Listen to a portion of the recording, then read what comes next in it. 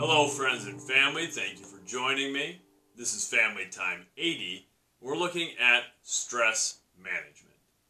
For our social emotional learning competencies, we've been looking at self-awareness. We've been identifying some of the issues and some of the stressors in our lives. We've been looking at the emotional reactions that we have to different stimuli and how our emotions then impact our behaviors. Now we're starting to move toward self-management. Specifically, looking at how to manage and utilize stress. And I emphasize utilize stress because stress is necessary.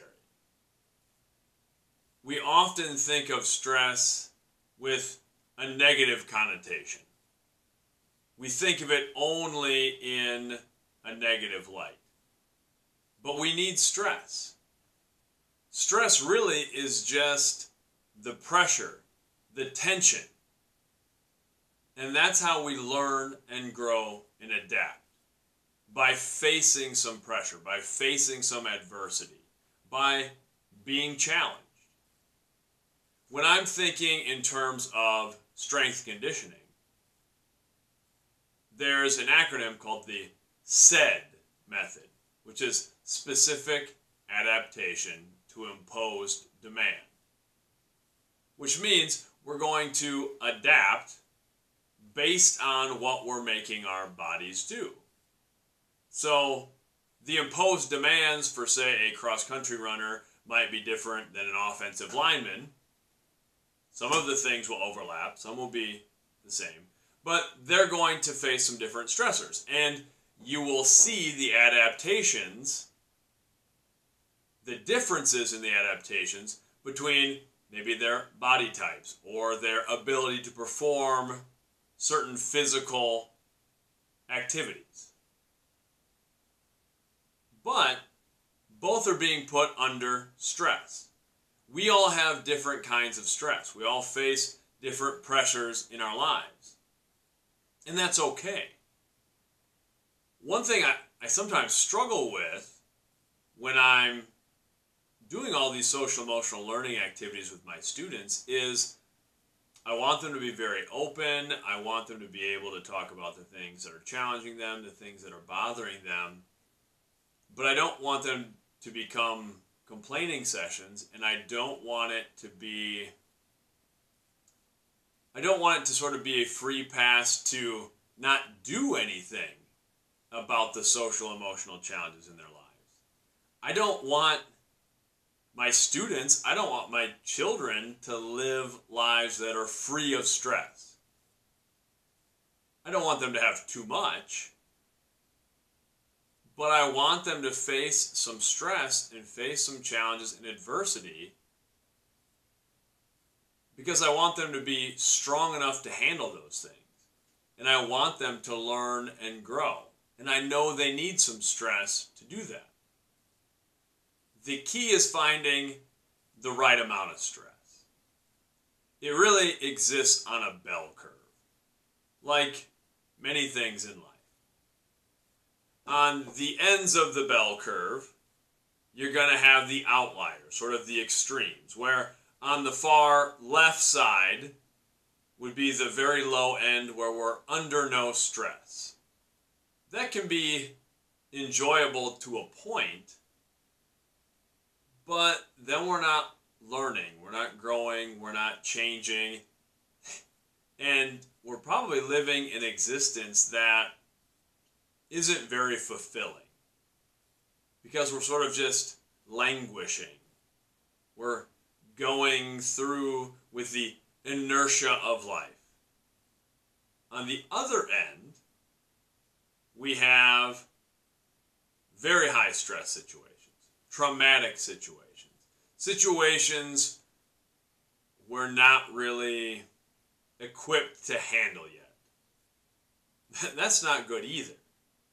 Because with this bell curve, we're tracking our performance in these situations.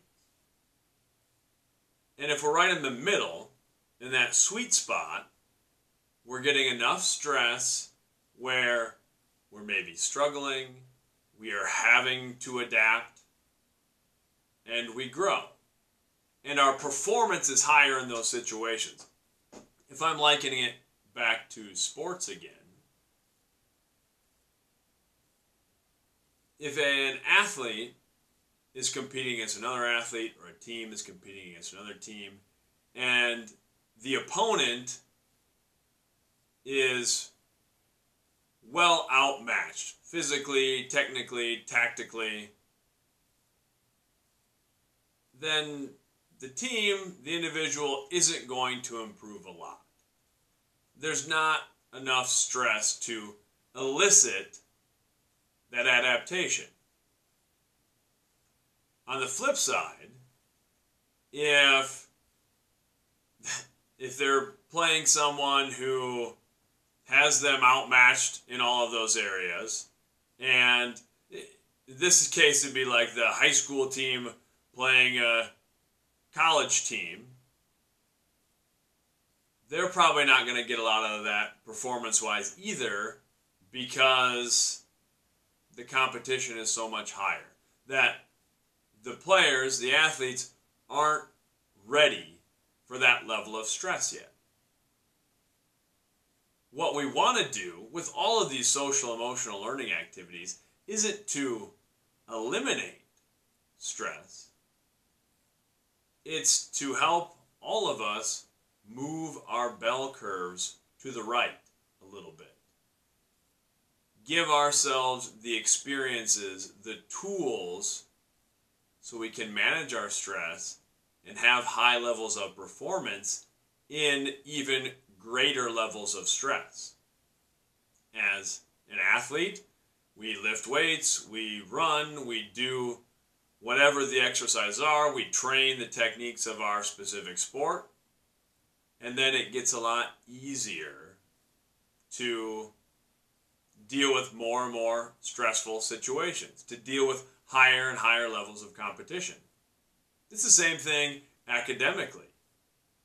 We wouldn't take, in most situations, an elementary student and throw them into a calculus class. It would be too much. It wouldn't make a lot of sense. The key is to keep moving the bar, keep moving the bar, keep moving the bar, so that we're always under enough stress to grow, and not so much stress that we aren't able to adapt, that we're overwhelmed. So that's the first thing that I think is important to recognize with stress management. Stress isn't inherently bad. The trouble comes in when we're under too much stress. And they're all different forms of stress. And some stressors are certainly less healthy than others. So what I want us doing this week, starting simply, as we do with all of these activities, is just identify what are some of the stressors in your life. And we've sort of done this already in my classes. We've been talking about our issues and the things that elicit from us emotional responses. That's really our stressors. So we're also looking at what are some stress management strategies that we implement. So this is just taking a look at what are things that we do that help us already, that help us feel less stressed, less overwhelmed. For me, I know I do a lot of things. Exercise is a huge, huge one for me. I know that I feel better when I'm being active, when I'm working out. I can even tell on the days where I work out first thing in the morning versus the days where, even if I've intentionally built in sort of a recovery day where I'm not doing a lot of physical activity, or I'm not working out quite as hard, it does affect my mood a little bit. I feel much more upbeat. I feel less stressed on those days where I'm getting in a good workout, and that's part of my routine. And the physical health stuff in general is paramount for me. I know that for myself. The exercise, the diet, getting enough sleep. That's one for years I went without getting enough sleep. And I still struggle with that at times. I like to stay busy and do a lot of things. But I really have noticed that when I'm making an effort to get a good amount of sleep, I am better. I perform at a higher level. And that's even with talking with my students or when I'm delivering a lesson in class, I'm a little more on point when I've been getting good sleep, good rest, good recovery. So all sorts of things like that are very important for me when it comes to stress management. Other things, meditating, that's an important part of my routine. I do it pretty much every single day. Unless I miss something for some reason, every morning as soon as I get up, I'm doing a meditation and a breathing routine. That helps me manage my stress.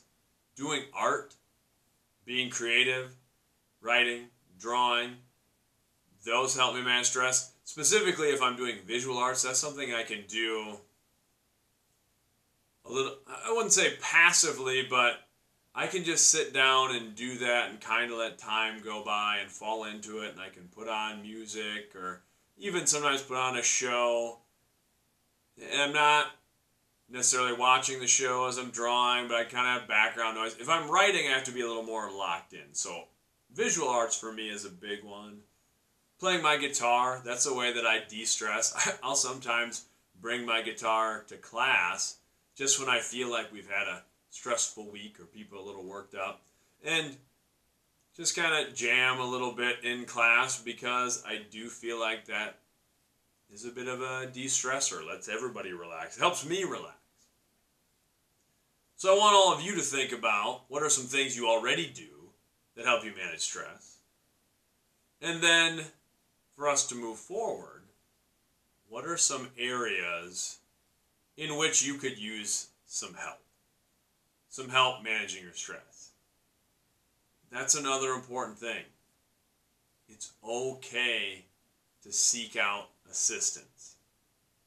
Whether that's counseling, therapy, just talking to a friend, talking to family members, trying to implement some things that help us manage stress. Sometimes it's difficult to do it on our own, so it's okay to ask for help.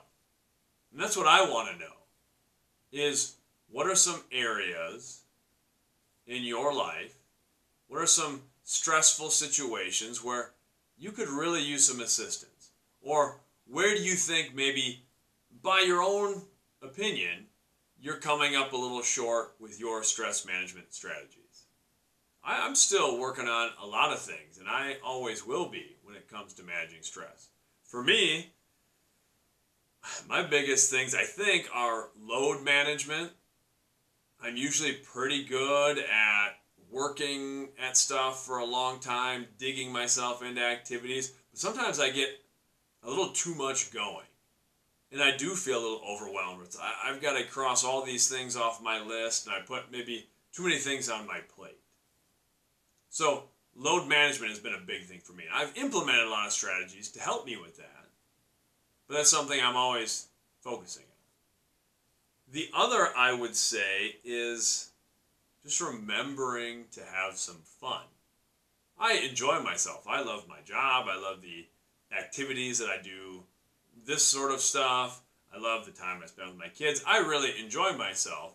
But there are some times, and it goes along with that load management, where I may be running around doing so many things that I have to remind myself to just hit pause, take a break, and just do something that's fun, enjoyable, that's not directed at a media project or at school or coaching or something like that. Something just sort of silly, lighthearted, just to have a little fun. Do something social. So those are things I'm still working on. And that's all I really want us focusing on this week. Think about, what are the stressors in your life? How do you manage stress Now, what are the things that actually work for you and actually help? And what are the areas where you could still use some help with your stress management? Let's have a great week. Remember that stress isn't always bad. We just have to learn to manage it. And we can. And we can learn and grow and build the strength to handle even greater levels of stress and perform at a high level. Have a great week. Much love.